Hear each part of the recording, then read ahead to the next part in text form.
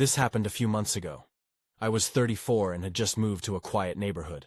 I thought jogging would help clear my mind after long hours at my desk. The streets were calm, the air warm, and everything felt safe.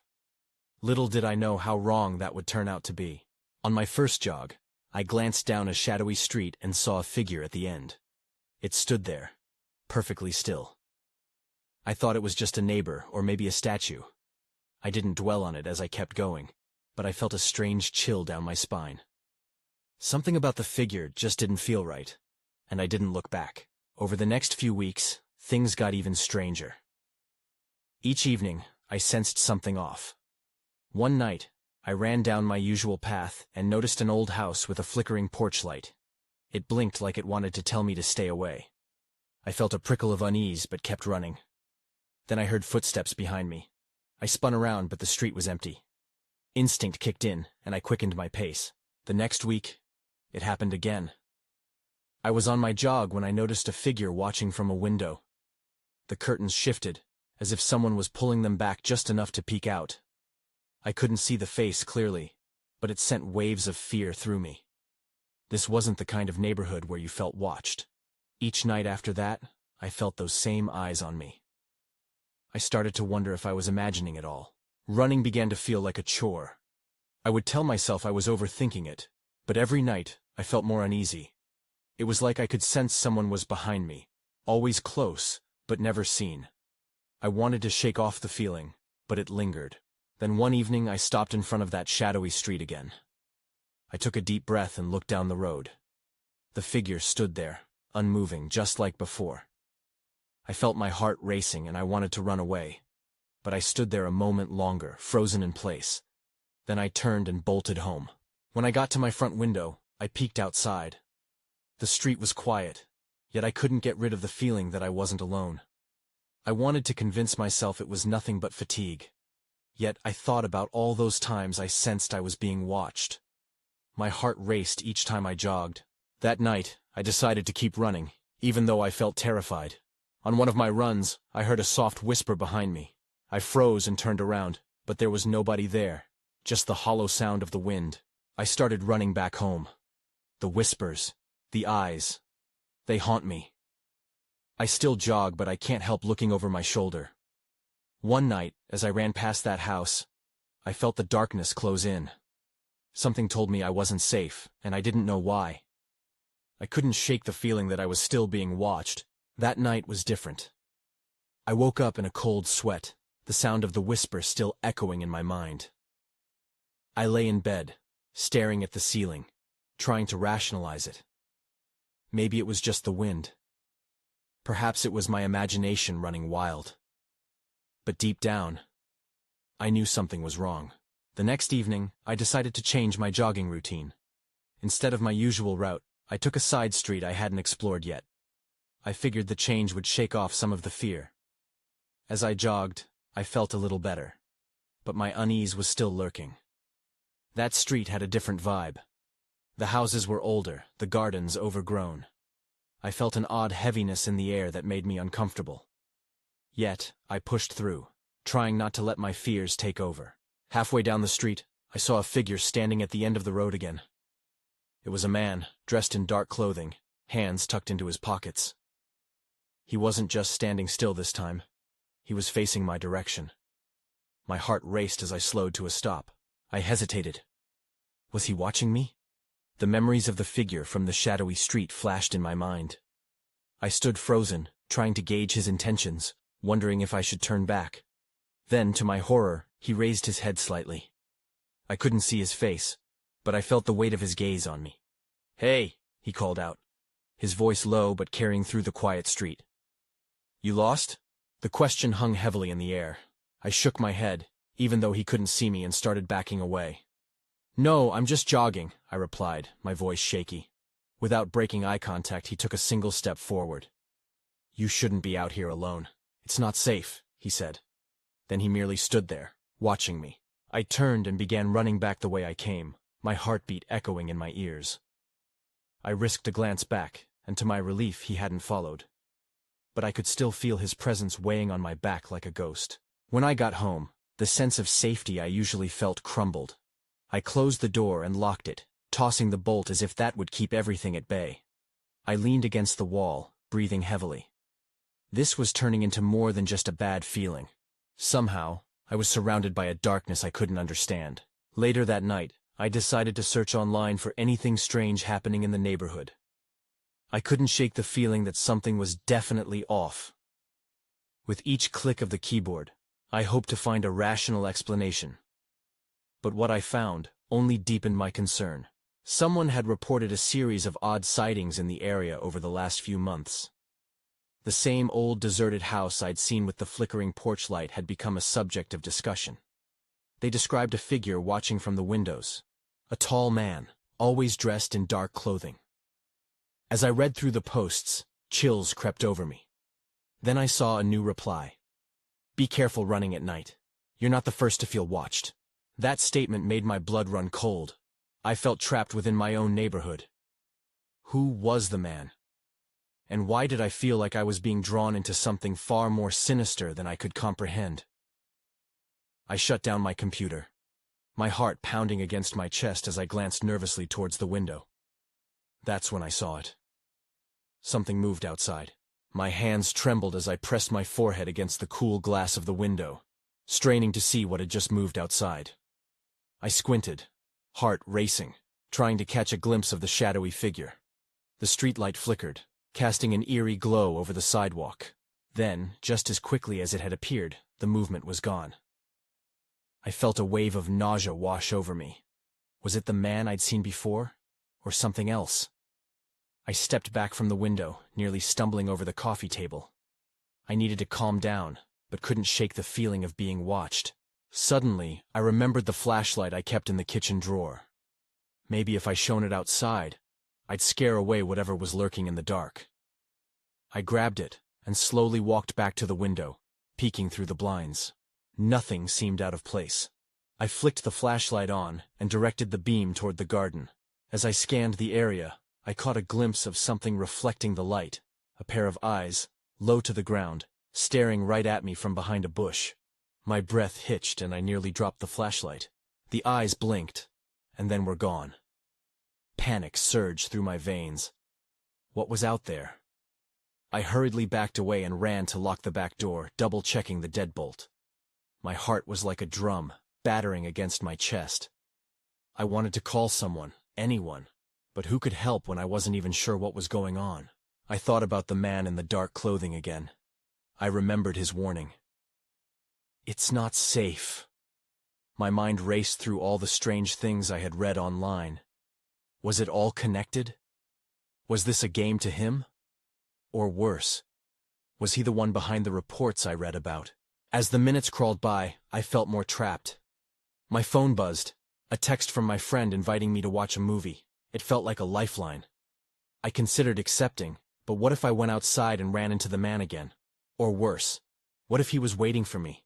Just as I was about to put my phone down, I heard a noise from outside. A distant thud followed by silence. My pulse quickened. I realized I had to find out what it was. I took a deep breath, grabbed the flashlight again, and slowly opened the front door. The cool night air rushed in, and I hesitated. The street was empty, the only sound my heartbeat in my ears. I stepped out, the beam of my flashlight cutting through the darkness. My instincts screamed at me to turn back, and yet I moved forward, drawn by a bizarre need to confront whatever was happening. I approached the garden, where I had seen the eyes. The moonlight revealed a broken fence panel. I remembered seeing that panel on my previous jog. It hadn't been broken then. Someone, or something, had been here. Then I heard it again, a rustling from behind the bushes. I aimed the flashlight there and shouted, "Who's there?" The silence that followed was deafening. My heart drummed wildly. Just when I thought it would be wise to retreat, I saw movement again. But this time it wasn't just a pair of eyes. That's when I heard another voice, low and whispering. "You shouldn't have come out." My breath caught in my throat. The voice was so close it felt like a chill crawling up my spine. I turned the flashlight toward the sound, heart racing, but there was nothing there. Just dark, shadowed bushes and the dull glow of the streetlight nearby. "Who are you?" I asked, my voice trembling. What do you want? The night wrapped around me, an oppressive silence enveloping my question. Just when I thought it might be another figment of my imagination, I saw a figure step out of the shadows. He looked familiar. The same man I had seen earlier, his face obscured by a hood. My body was frozen, caught between the urge to flee and the instinct to confront him. You shouldn't be here, he repeated, voice low and steady, though I could sense a hint of urgency beneath his calm. It's not safe. I wanted to tell him I was scared, that I felt trapped in this moment. But why? I managed to spit out. What's going on? He hesitated for a moment, his gaze darting to the left, as if he was afraid we were being watched.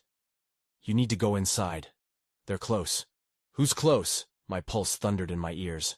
Just as I started to step back, ready to retreat into the safety of my home, a sudden sound cut through the night. A sharp crack like a twig snapping, followed by hurried footsteps. My heart dropped. Something was out there. Now! The man's voice turned urgent. He stepped closer, his presence both intimidating and oddly protective. Panic surged through me, and I turned toward the house. But it wasn't just the thought of running inside that terrified me. What if I left him out there? I felt an instinctual pull to help. Wait! You can't just leave! He didn't respond. Instead, he glanced back towards the sound and then grabbed my arm. We have to move. Before I could protest, he started pulling me toward my front door. My body stiffened, but I couldn't just let this stranger lead me. I'm not going with you unless you tell me what's happening. Trust me, he said, urgency tinging his words. I'll explain everything, but we need to hurry. A surge of adrenaline pushed me. I could see my front door so close, yet it felt like miles away. The footsteps got louder, approaching. A new sense of desperation clung to me. We had no time to waste. Okay, I said, forcing myself to move. Just get inside. I'll go first.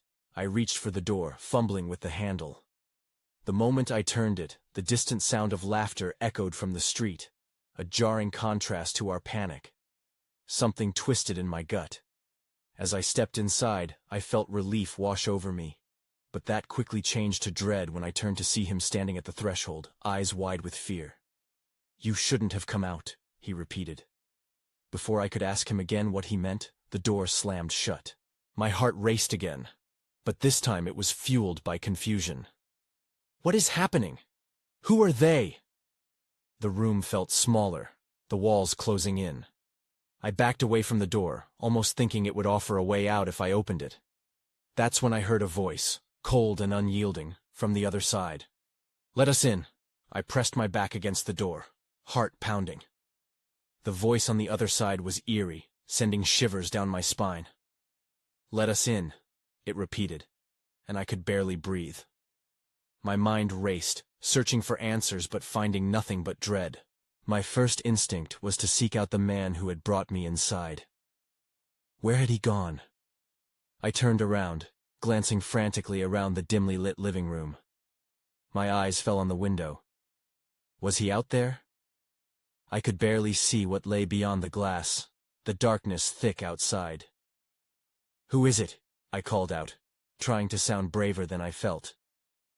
The shadows danced across the walls, and the laughter from earlier still echoed in my ears. Just let us in. We can help you, the voice urged, softer now but still unrelenting. I felt a pull of curiosity laced with fear. I didn't want to look, but I had to know. I crept towards the window, each step feeling heavier than the last. I cautiously pulled back the curtain and peered outside. My heart nearly stopped. There were shapes moving in the darkness. They appeared in clusters, their features obscured by the shadows. They didn't look like the man who had warned me. These figures had an unsettling, almost predatory presence about them. I pulled my head back, heart racing. Get away from the window! The man's voice shattered my focus as he reappeared from the hallway. His eyes were wide with fear, and he rushed towards me. I didn't need to be told twice. What are they? I asked, as he grabbed my arm again, urgency rippling from him. They are searching for you. We need to find shelter. I don't understand, I shouted, panic creeping in again. What do you mean? There isn't time. "They'll come for you if they know you're here," he said, pulling me toward the back of the house. "We have to hide." My mind spun. Who are they? Why do they want me? "I'll explain later. But you need to trust me," he said, already guiding me toward the basement door. The urge to run surged again, but something in his voice held me steady. "Okay," I whispered, my voice trembling. The basement was dark and cramped. He flicked on a small light, illuminating the cramped space filled with boxes and dusty furniture. "Stay quiet," he instructed. "They can hear everything." I swallowed hard as he closed the door behind us, plunging us into a deeper darkness. The weight of silence pressed down around us. I could hear my own heartbeat thumping in my ears. "Who are you?" I whispered, desperate for answers in the stillness. "What do you know?" He hesitated, eyes darting around the room looking for an escape, or perhaps a reassurance that we were safe. "My name is Liam. Before he could finish, there was a loud thump from upstairs, followed by the unmistakable sound of footsteps. The fear surged back, sharp and paralyzing. I grabbed his arm, my mind racing. "Someone is in the house." The footsteps drew closer, echoing through the stillness, and I realized that everything had changed in an instant.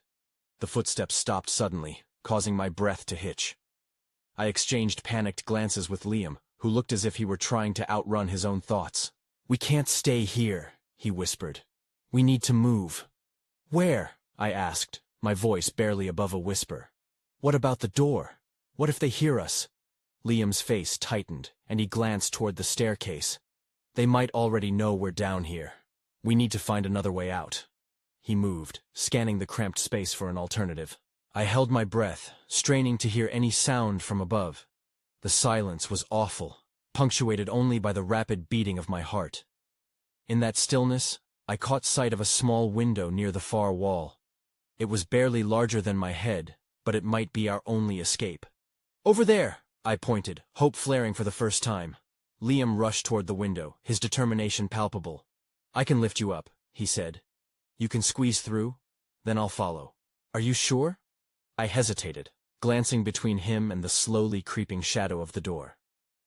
"There's no time," he urged, desperation fueling his words. I nodded, fearing to dwell too long on the risks. Liam crouched below the window, and I stepped onto his shoulders. He steadied me as I reached for the frame. My fingers found the cold, hard edge, and with some effort, I pulled myself up to peer through the opening. I could see the dim outline of the yard bathed in moonlight. Freedom was tantalizingly close. I felt a rush of confidence. "It's clear!" I yelled softly, trying to keep my voice down while still conveying urgency. I squeezed my body through the window, crouching low outside. Relief swept over me as my feet hit the grass, but it quickly faded when I glanced back at the house.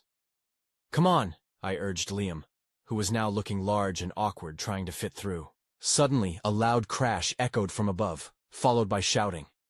Liam's eyes widened, and he shot a glance at the basement door which began to vibrate under the impact of something heavy hitting it from the other side.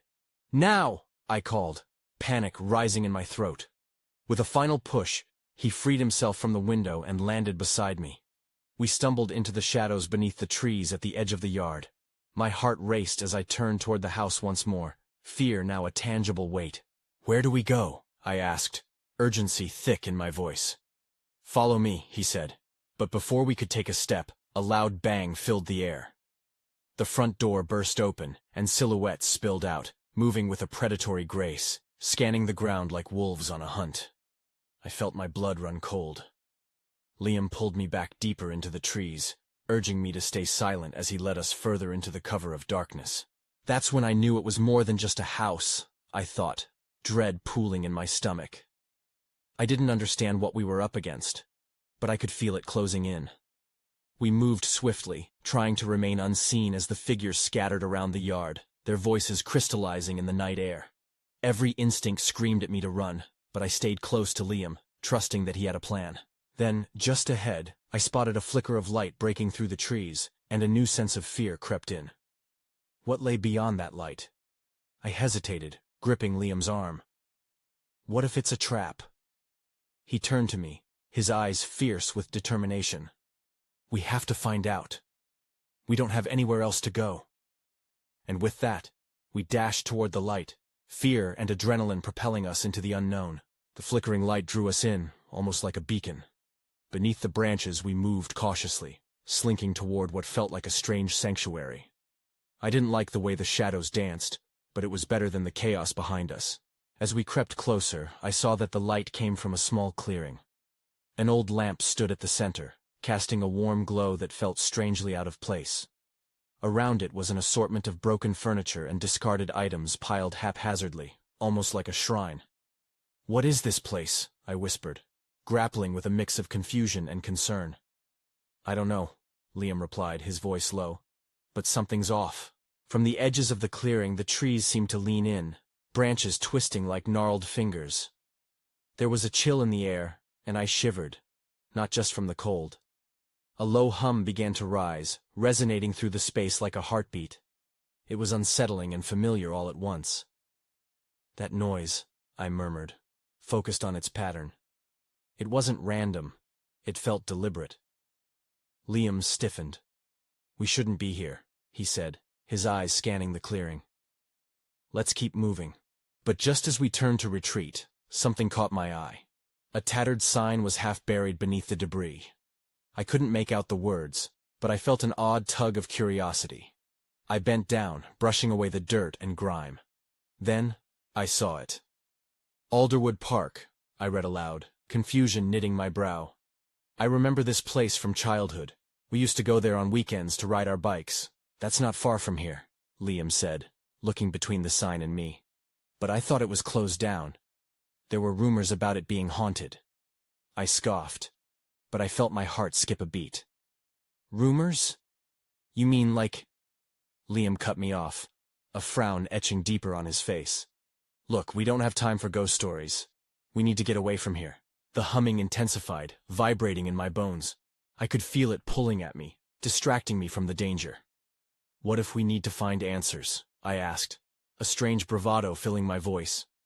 "What if whatever is happening is connected to this place? Or could lead us right to them?" he shot back, anxiety creeping into his tone. Suddenly the shadows at the edges of the clearing shifted. I felt my breath hitch again. The shapes were moving closer, flitting between the trees. My heart raced as I turned to Liam, panic washing over me. "Can they see us?"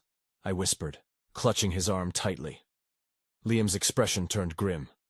"We need to run, now." But as we spun to escape, the clearing exploded with a cacophony of sounds. The hum intensified, switching to a deafening roar.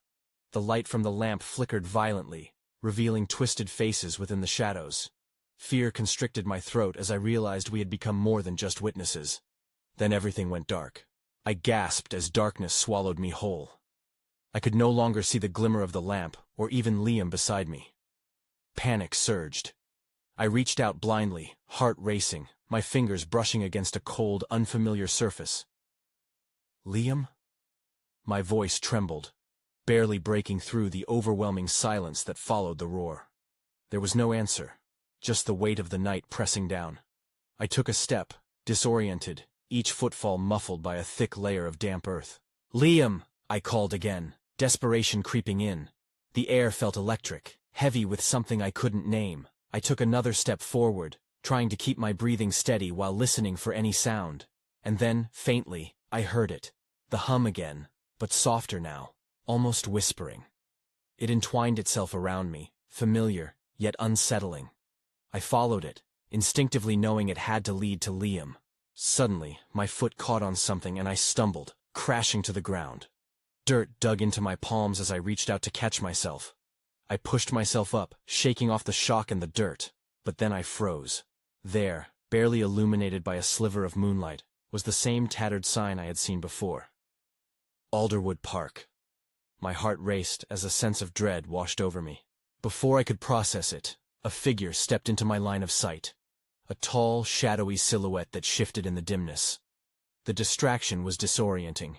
The figure moved with a fluid grace, gliding rather than walking, as though the ground beneath it didn't exist. I squinted, trying to make out who or what it was. But I felt my breath hitch again.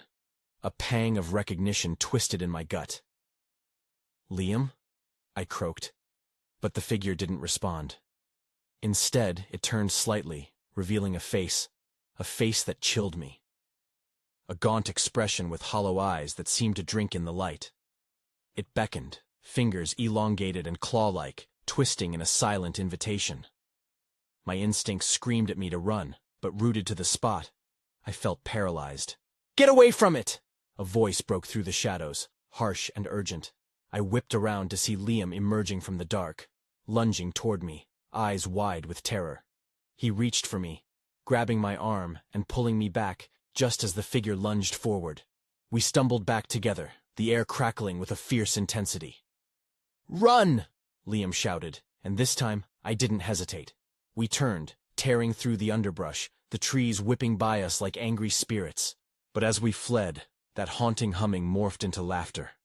A low, guttural sound that chased us through the darkness. The woods seemed to close in around us, branches clawing at our clothes, pulling us back, trying to drag us down into an unseen void. "Where do we go?" I gasped, panic rising in my throat.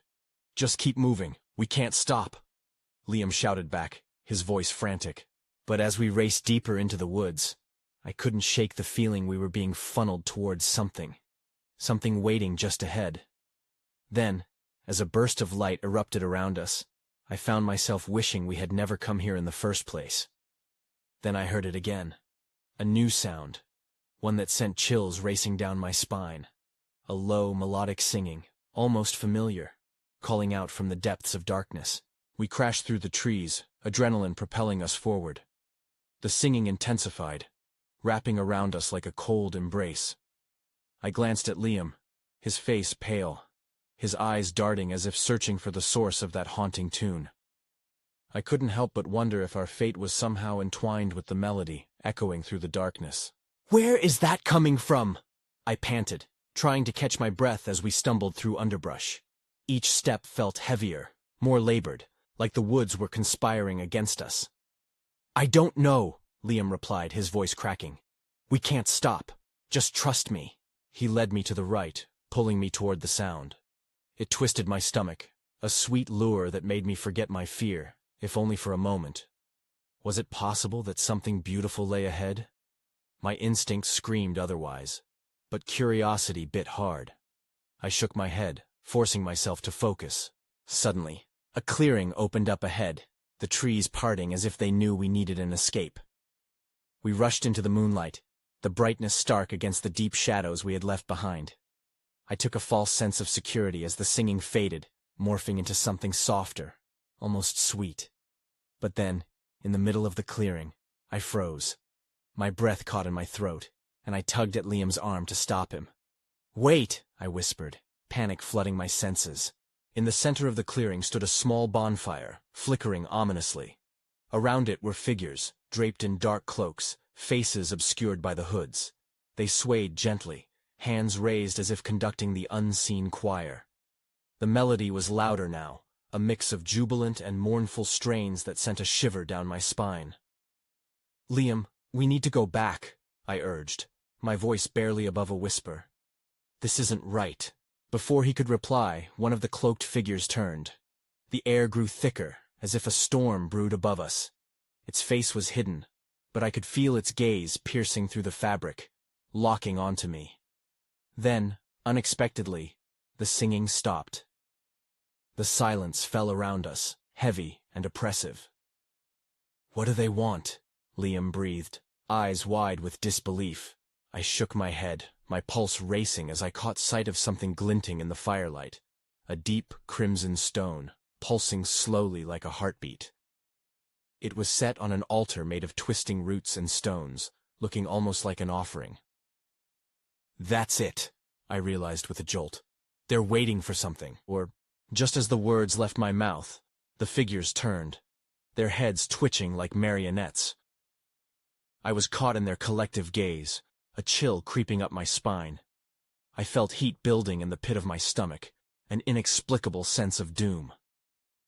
Liam tugged at my arm, and we stepped back, retreating slowly from the clearing, but the cloaked figures didn't move. Something twisted inside me, a warning echoing back and forth in my mind. This wasn't just a gathering. It wasn't innocent. As we turned to flee, I felt it again. The singing, now calling us back, luring us into the darkness. "It's trying to draw us in," I gasped.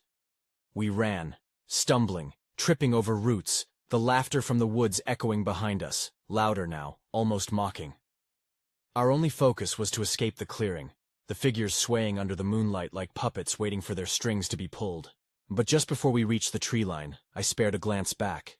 The figures stood still now, unmoving yet somehow watching, and the stone glowed brighter, its pulsing rhythm synchronizing with my heart.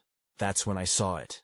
The ground beneath the fire flickered, revealing a dark hole, an opening that beckoned, inviting us to discover its depths. My breath hitched, fear intertwining with something darker. I couldn't shake the feeling. We'd uncovered something that wasn't meant for us, and it was far from over. I plunged into the dense underbrush, and Liam followed close behind, his breath harsh and labored in the darkened woods. The laughter persisted, chasing us, filling the night with its taunting echo. As branches whipped across my skin, I felt their malicious energy swirling around us, urging us to return. "Keep going!" Liam shouted, and I didn't dare look back, though my instincts screamed at me to turn. Every shadow seemed alive, whispering secrets I wasn't meant to understand. Each footfall felt heavier on the lopsided ground, as though the earth were resisting our escape. The forest was a maze, a living labyrinth that twisted and turned, dark and unyielding. We stumbled through thickets of tall grass and clinging vines, searching for an opening, trying to escape whatever malevolence hunted us. We ran until our legs felt like lead, until fatigue clawed at our throats. But just as I thought we might find a way out, we burst into another clearing. I skidded to a halt, breathless and wide-eyed. Ahead of us, the flickering of torchlight illuminated an unsettling sight. The group of cloaked figures had reformed in a semicircle, their faces obscured by shadow. They stood in eerie stillness, watching us with a sense of ominous patience, the earlier laughter now replaced by close-lipped silence. The air grew thick with a mix of dread and palpable energy. "Liam, we can't go back," I hissed. "We have to find another way around." Liam glanced frantically from me to the figures, uncertainty vying for control over his expression. "What if we try to reason with them?" "No." My voice trembled with urgency. "Do you really think they'd listen to us? They hunted us like animals." But our options were dwindling, and the realization made my stomach twist. There was nowhere left to run. As they began to move again, the space around us pulsed with the thrumming energy of the crimson stone, an insistent heartbeat that seemed present in every breath we took. "We need to act now," I urged, my eyes darting around the encroaching figures. "Over there!" I pointed toward the tree line just beyond the clearing, where a narrow gap awaited, a flicker of hope in our enclosing darkness. Liam nodded, adrenaline surging, and together we bolted toward the trees. Our feet clumsily tangled in the underbrush, but urgency drove us forward. Every instinct in my body screamed to go faster. Just as we reached the shadows of the trees, a figure lunged in our direction. "Run!" I cried, propelling myself forward, only half aware of whether he'd made it.